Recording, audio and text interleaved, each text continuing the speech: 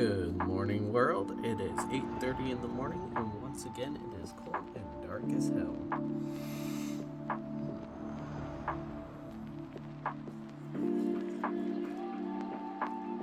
Why do we brush our teeth before we eat breakfast in the morning?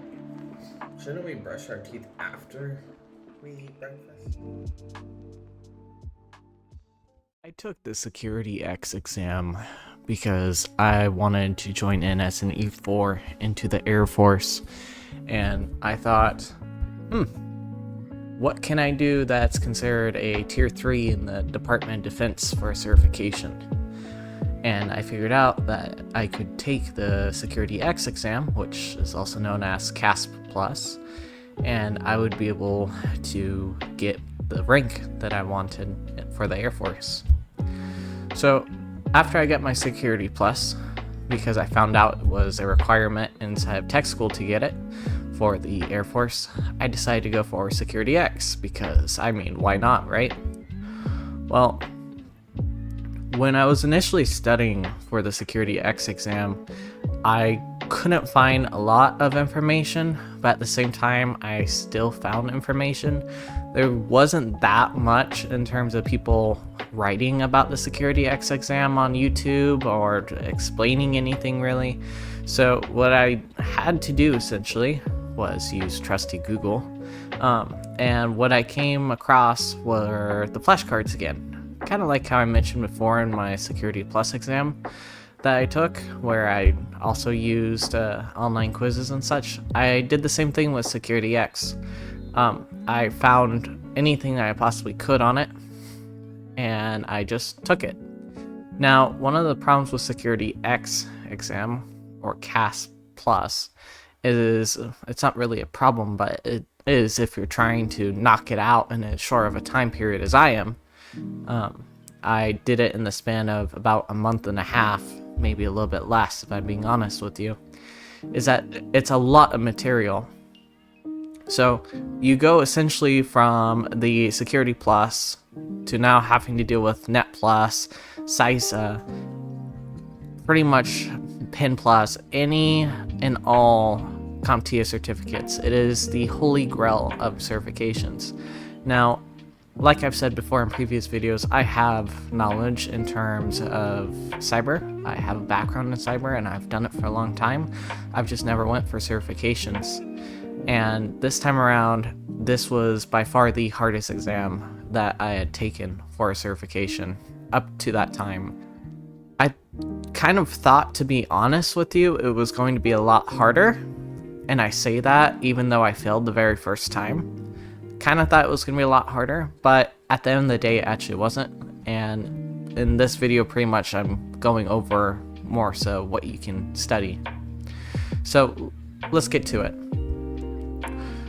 My initial thoughts on how I was going to do this exam is similar to my Security Plus exam. I was going to see what YouTubers said, I was going to go on Reddit, I was going to do the quizzes, I was going to do pretty much anything and everything I could find online about this exam. And there was not a lot. So I was pretty much stuck in a rock and a hard place where I was even debating if I was going to have to read the book. And I really did not want to read the big book. So what I did instead is I just relied on the information that I had, genuinely. So starting off, I did the quizzes that I mentioned before in Security Plus, and I'll show right here. I literally every single day did those quizzes, every single day. That way I knew that I would have the answers to the standard questions, or at least be relatively close and get an idea for what they are. For the questions themselves on the quizzes, it can literally range from anything. However, I did notice that there was a lot of networking questions, so a lot of Network Plus. I noticed that there was a lot, and I mean a lot, of encryption-based questions.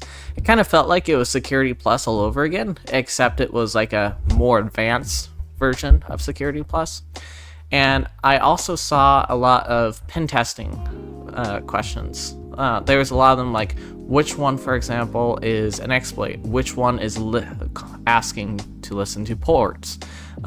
Pretty much just like very watered down questions, if you will.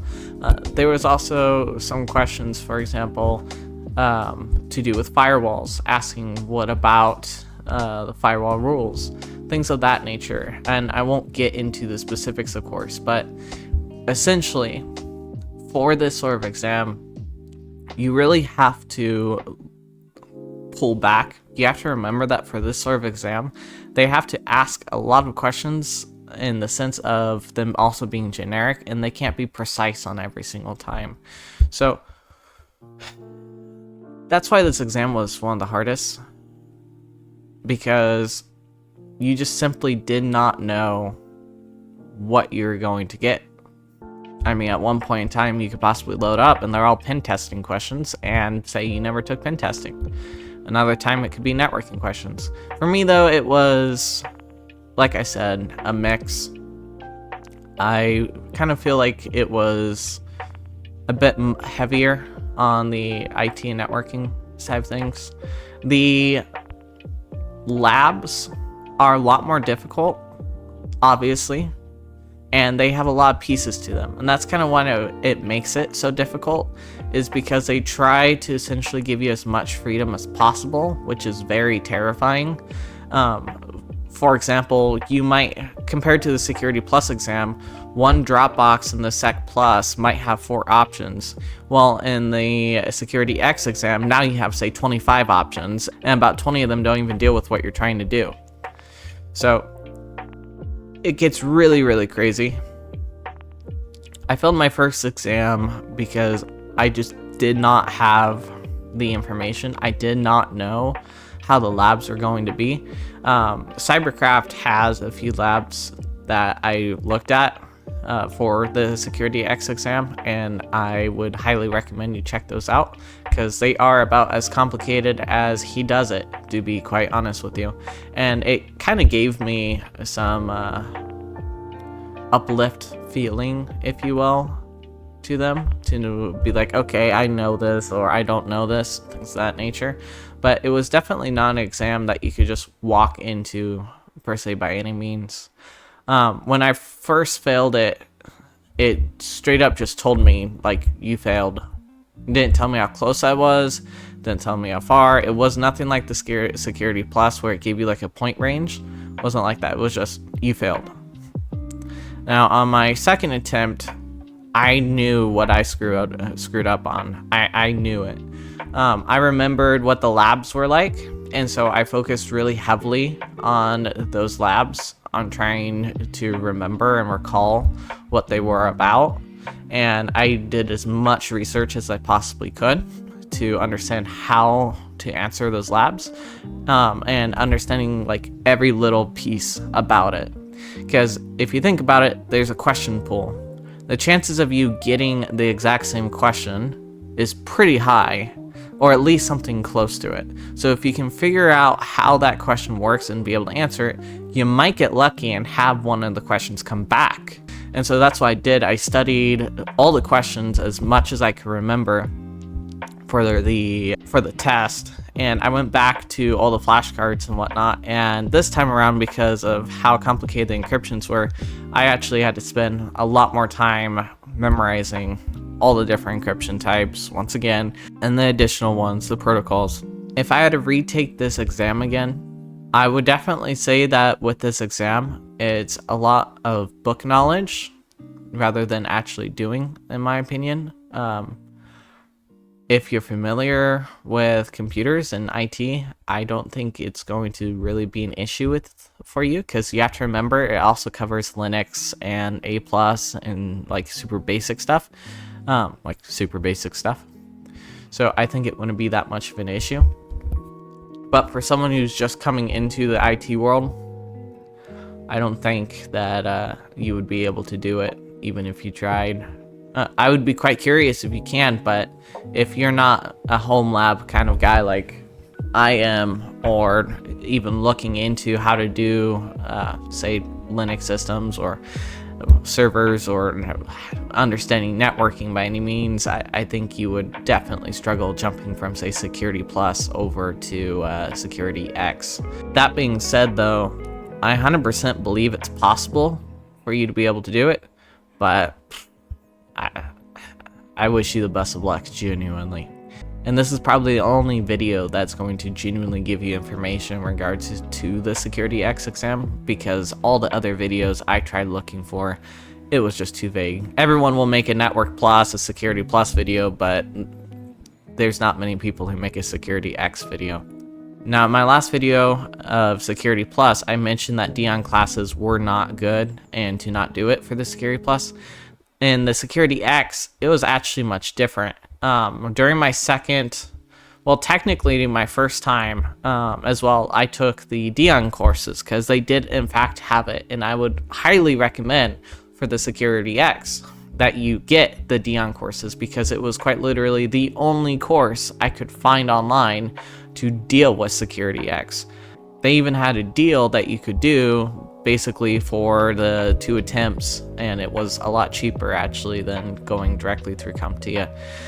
I would highly recommend watching those videos just like you would with the Professor Messer videos on Security Plus, but you have to understand that with Dion's method of teaching, it's a lot more boring. No offense, Dion. That kind of causes an issue when you're trying to understand all these concepts. That and the fact that he goes off course a lot, it causes some complications. But you can get the course for like 20 bucks for everything. You just have to find when it comes on sale. Don't get the course when it's like $200. Just look for it for when it's on 20 bucks. Usually it goes on sale quite often. Don't be scammed. If I had to rate the exam, I put it genuinely at 6.5 out of 10. I wasn't too happy with it. I feel like a lot of things could have been better with it. I feel like it was unnecessary to some degree. I feel like it's not a genuine true test of your skill set. However, that's just my personal opinion, so it is what it is.